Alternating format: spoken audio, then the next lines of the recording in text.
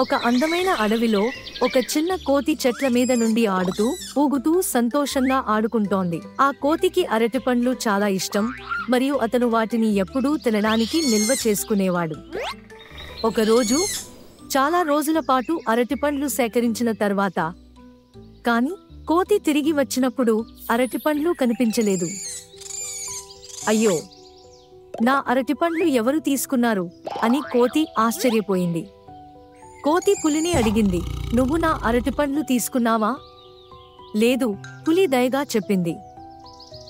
నాకు మాంసం ఇష్టం, అరటిపండ్లు కాదు.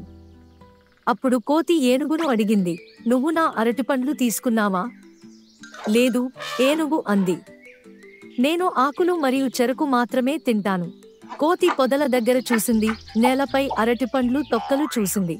కోతి అరటి తొక్కలను అనుసరించి ఒక తాబేలు ఒక రాయి వెనుక దాక్కుని అరటిపండ్లు తినడం చూసింది.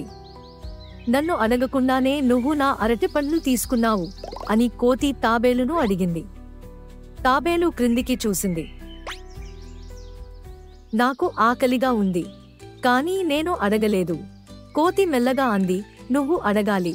దొంగతనం చేయడం తప్పు, నువ్వు ఆకలిగా ఉన్నా కూడా. తాబేలు విచారంగా ఉంది.